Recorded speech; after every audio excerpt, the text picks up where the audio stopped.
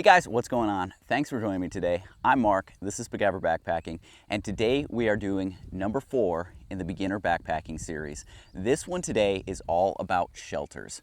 So we're going to talk about the different kinds of shelters that are out there, what might work for you, the pluses and minuses to each type of shelter system that's out there, and give you some tips on choosing the right ones for you.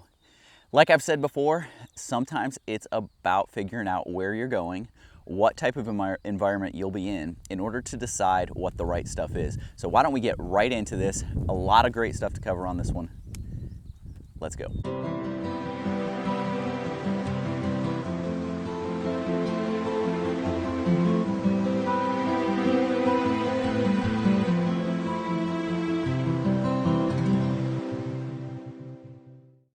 Okay, so like I said, today is all about shelters. And behind me, I have 3 different shelter setups. There's really 4 types of shelters that are out there. So you've got your normal tents. And under tents, there's several different kinds that we'll talk about.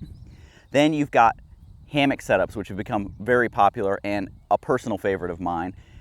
With the hammock, you have a tarp, which the tarps can be used alone, as shown over here. And that is a setup that is a light, quick, very versatile setup. And then the last one is the Bivy, which not too many people really use the Bivy anymore, but it's an option that is out there. So why don't we dig in real quick. Let's start over here with the tent option and just talk about that. Now there are a ton of different tent options out there, and probably one of the biggest choices that you'll have to make is single wall versus double wall. And then from there, you have to figure out whether you want a freestanding, a not freestanding, or a semi-freestanding tent. So let's talk about what those different things mean. Okay, so what I'm in right now is a non-freestanding type tent. What you see here is a trekking pole that has to be used to pitch this. And then it has guy lines that are pulled out, and this thing is staked down. So if you guys take a look at the Big Agnes that I did the review on, that one is freestanding. Now, some of the differences between freestanding and non-freestanding. With a non-freestanding, you have to have the guy outs. You have to have it staked out. A freestanding tent has a pole system that keeps it up, and you can literally pick up the tent and move it without having to unstake it. Now, most of the time you are still gonna wanna put stakes in just to keep it from moving around, to keep it from blowing when you're not in it, when your gear's not in it, to keep it from blowing around and not being where you set it up. There are advantages and disadvantages to both types.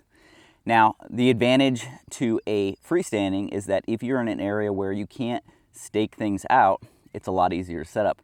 Now, pretty much no area is going to be completely without something that you can use to stake things out. If there are rocks, you can grab rocks, you can pile rocks over your stakes, you can lay your stakes. Instead of driving your stakes into the ground vertically, you can lay them horizontally on the ground, stack rocks up on them, and use that as an anchor point. So different options there that you can use. Now, I really like this type of tent. This non-freestanding type tent is going to come in a little bit lighter because it doesn't have the pole system. The poles that it uses, like I said, are trekking poles, which I use anytime I go out backpacking. They give you more stability and they keep you from slipping and falling in areas that you might otherwise end up on your butt. So I've got the trekking poles with me. Why not use them? Why not put them to good use when I get to camp? And so for a tent like this is a single wall tent, so it's lighter already. But then to not have the pole system really takes it to the next level as far as weight goes. And so you can go to something like this. This is the Z-Pax Duplex. This is a 2-person tent that weighs in at 20 ounces. So right at 20 ounces, a pound and a half, you're in with a solid bomb-proof 2-person tent, or if you're going solo, a great roomy area for 1 person and a ton of gear spread out. No problem. It has a vestibule on both sides. So a vestibule is an outside area. So these doors come out and they come out to this line. And so this area here, if you were to form a triangle between this point right here, a triangle there, that area is all enclosed by the doors when the doors are closed up. And so you've got a nice area that you could put your shoes in, keep them outside of the tent. You can do cooking. Now, I will say, using something like this with the vestibule, the way that this one is, I would not use my standard alcohol stove. I would use something like a canister stove because you have a little bit more flame control and you can keep it from melting the fabrics. But this one has a vestibule on either side. There are doors on either side, so you can get in and out either side. If you have two people, that's great, because if the one person gets up in the middle of the night, they don't have to go over the other person to get out of the tent to relieve themselves or whatever they're getting up for. Okay, so let's talk some more about single wall versus double wall. So this is a single wall tent, meaning it only has a single wall. That big Agnes that I did the review on is a double wall tent because it has, and what you'll see on most of them is a mesh inner body and then the rainproof hard outer body or rainfly. Now, there are advantages and disadvantages to both types. Single wall, disadvantage, condensation hits here and comes down. Now, on this specific tent, there is a mesh that runs along between the floor and the outside wall. And so there's a little gap there where if anything runs down, it's going to drip outside of your floor. And so your stuff should stay a little bit drier in this type of setup. However, if you're laying here and you brush up against this wall, you're going to get wet because condensation does trap in there. This is not a breathable material. It's going to trap the condensation inside. So there's that disadvantage. Advantage is setting it up. So when you set this up, when you take it out of its stuff sack, everything is closed up. You've got this, which is waterproof. And so the chances of getting water in here, while you will probably get some water inside, it's going to be minimal compared to a double wall tent where you set up the mesh tent first and then put the rainfly over the top. Now, there are exceptions to that. The big Agnes that I showed before, that I did the review on, that one you can set up the outside rainfly on the pole system and then hang the inner tarp or the inner tent from it after that's up. But that's not the norm. That's not how most of them go. Most of them you have to set up the mesh body first. And so as it's raining out and you're setting that up, everything inside or the inside of the tent itself is getting wet. So that's something to consider. Weight is also a big factor. So that's something you just got to think about. So let's move on and take a look at the next type of shelter, the hammock. Okay, here you have my favorite setup of them all. This is the hammock system. Underneath, you've got the hammock, you've got a suspension that runs to two trees, and then you've got the tarp up top. Now you can get lots of different types of tarps to go with this. This one is a Cuban fiber or Dyneema type tarp, super lightweight. You have doors on this one that you can actually close up to really block off the wind on the sides. Right now, I'm using trekking poles to keep it in porch mode, to keep it open a little bit more. On days where there's a little bit of a breeze and you want to take advantage of that breeze, being in porch mode or even taking one side, flipping it completely over is a great option. So this is a very versatile, when it comes to the tarp, tarps are very versatile. The hammock itself is going to have one big limiting factor, and that is the trees that it has to hang from. You need trees that are about 15 feet apart, and for me that's 3 full paces, so step, step, step, step, step, step. That is about the right length. Another way to do it is take your trekking poles, stand in the middle, trekking pole, wherever they touch, that's about the right distance for hanging your hammock. Should be hung at about a 30-degree angle, which if you make a little pistol with your fingers, that is about a 30-degree angle, and that's what you're looking for when you hang your hammock. So, like I said, a little bit more of a limiting factor, you've got to have trees. They can be a little bit further apart, a little bit closer together, but not much outside of that.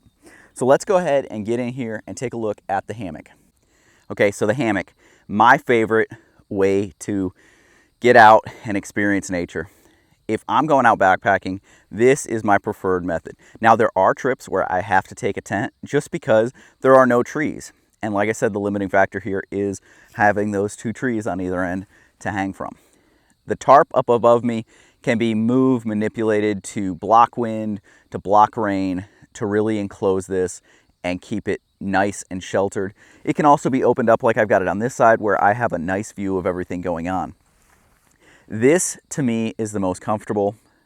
Now, it does take a little bit more equipment, which we'll get into when we get into the installation video there.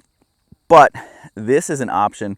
It has bug netting, so I can pull the bug netting down, zip it in, and now I'm protected from the bugs Or I can pull it off like I have it right now. I can take it completely off, or I can just pull it back like I have it right now and be open if I'm just looking for more breeze. Now, the bug net does stop a little bit of the breeze, so be aware of that. But I can do a lot of stuff from here. I can reach out, because this zips on both sides, I can open it up on this side, reach out, cook out of here while laying in here. I have done that many times. I also am up off of the ground. So if a big storm is coming through, I don't have to worry about getting wet. My gear can hang from the suspension. It can be underneath and everything can be fine there. I also can have gear inside with me. I've got this loft up here. I can put stuff up there. Anything I'm worried about getting wet, keeping off the ground, I can put right there. This, to me, is the ultimate option. You've got the tarp, which keeps you dry, keeps the wind off of you if you need it to, and this keeps you up off the ground and really is comfortable, extremely comfortable. Now, there are a lot of different types of hammocks out there that you can get. You can get single layer, you can get double layer. A double layer allows you to use a sleeping pad. If you're in an area where you're not sure if there's going to be good trees, and so you'll have nights where you may be on the ground or nights in the hammock, you may want to use a sleeping pad. And having a double layer, the sleeping pad will go in between the two layers and keeps it sandwiched in there and keeps it stuck in place so that it stays where it needs to be.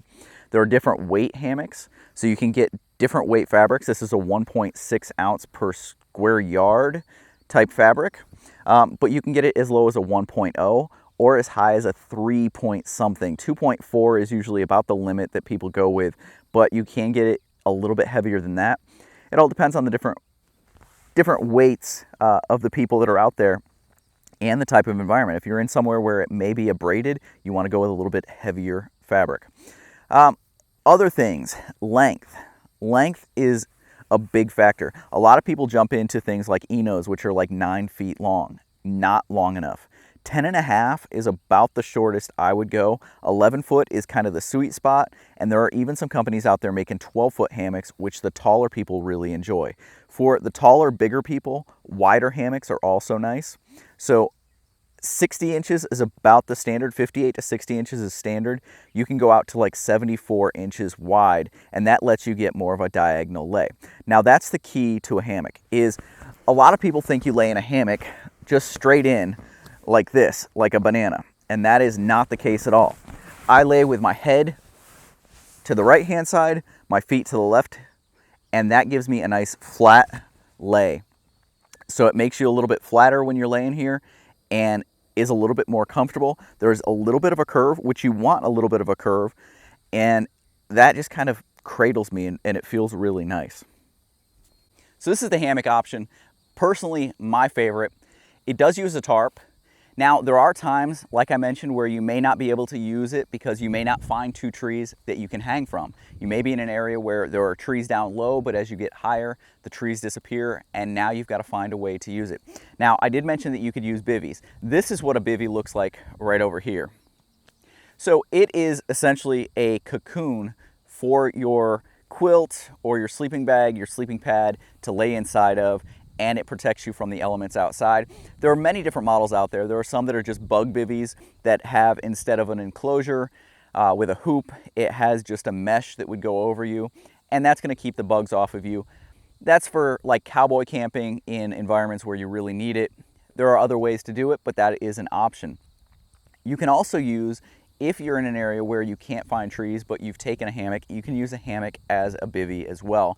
You just set it up similar to the way that it is here, but on the ground with the ends popped up a little bit to keep that bug net off of you, and that gives you a nice enclosure, almost like a little mini inner tent. Beware though that you want to be careful of where you're laying it, what type of surface it's on, because if you abrade this and then you hang it again and you get in it, there is a possibility of this fabric, even though it has a ripstop type material that should not allow it to rip, there is still a possibility of it ripping and you ending up on the ground. Never hang your hammock higher than you're willing to fall. Okay, the last option that we're gonna look at is the tarp option. So this is a tarp that I normally use with my hammock. This is a wide-bodied, 12-foot long tarp. It's got a cat cut, which means that the cuts are catenary in nature, and so that actually puts a lot of tension on the tarp itself and keeps it nice and taut. So the way that I've got it set up right now would be in a situation where I'm out and I only find one tree. Now this could be done exactly the same as I have it on this end, on the other end, using a trekking pole and going out to a stake. So what I've done is I've set up a trekking pole on its end, put the tip through the loop, ran it to a stake that's right there, tensioned it off. This side I've got to a tree. However, I could do exactly the same thing and just go higher on the trekking pole to get the same shape that I've got here. So I've got it spread nice and wide and lower to the ground on this end. Higher down here on this end. So this would be the end I'd put my stuff in, I'd get in and out. I'd have my feet towards that end with my head down on this end. And it really becomes a great shelter. This is wide open. I would lay my pad and my quilts or sleeping bags down in here and everything would be great. Let's take a look at it from this end. Okay, here you can see the lines that are running to the tree. You've got the opening here where you would get in, and now you can lay out and you can see it's nice and wide. If I had my sleeping pad laid right in here in the middle, there's probably room for an easy 2 people in here without worrying about any of the weather. And if weather was a concern, I can lower the sides, I can lower the front and keep this thing a little bit lower and actually make it a little bit wider. And that's gonna keep it off of me a little bit more. Now it's a little bit loose over here. I've got it nice and taut on this side. Not a big problem. If it was windy, you know, this could be a little bit noisy. I would just tighten it out a little bit more and it would be fine. But this gives you an idea of a way that you can set up a tarp on the ground. This is a light option because now all you're dealing with is this. There's no body to go with it. But be aware that if you're doing it this way, you are fully at the mercy of any of the bugs that are out there.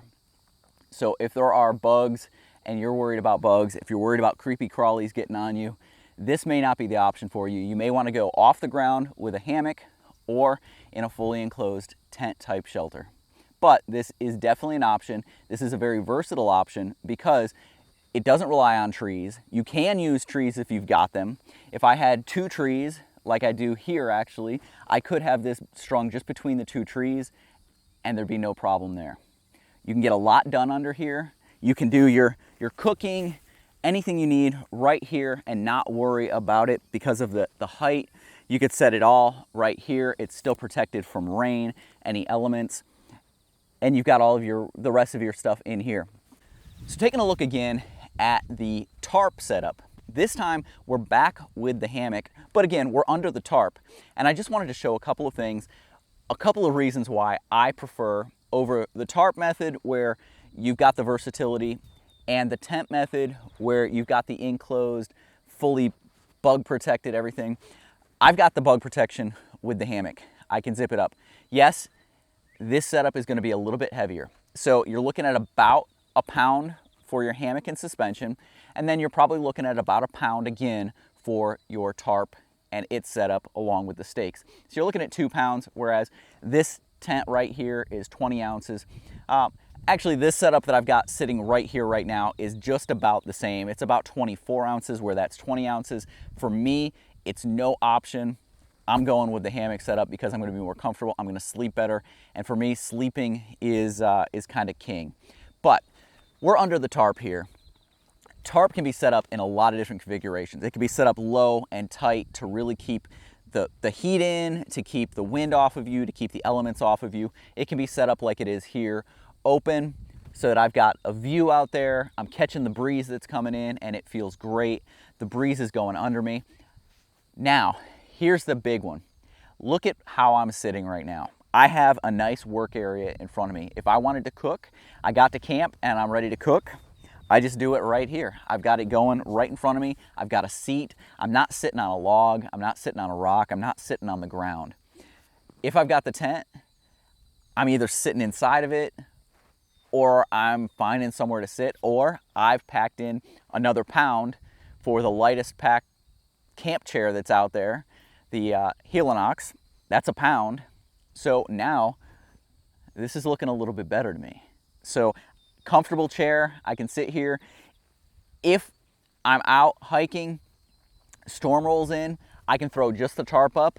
I can set it up between two trees. I can set it up with my trekking pole like I showed before. So the versatility of the tarp still exists with the hammock setup using a tarp. So that's why it is my preferred setup.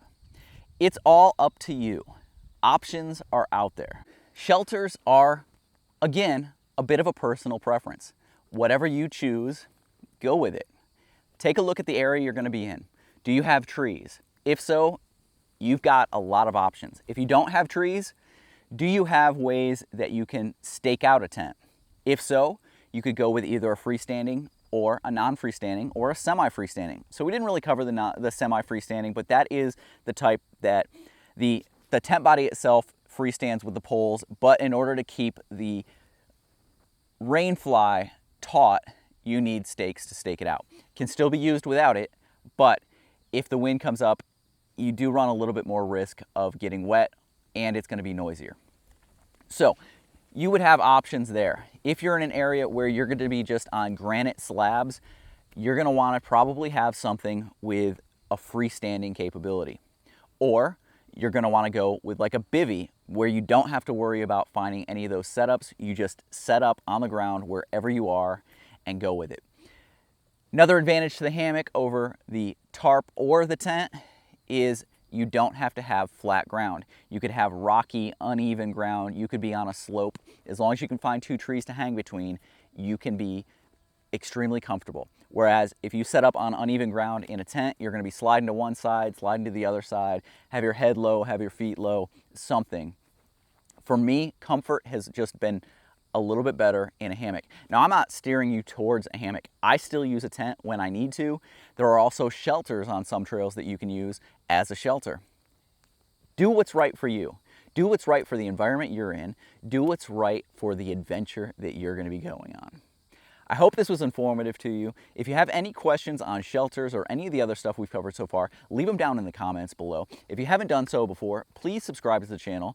Hit that subscribe button. Right next to it, there will be a bell icon. Hit that so that you get notifications every time we put up a new video. I appreciate you guys checking this out. I will see you guys down the trail.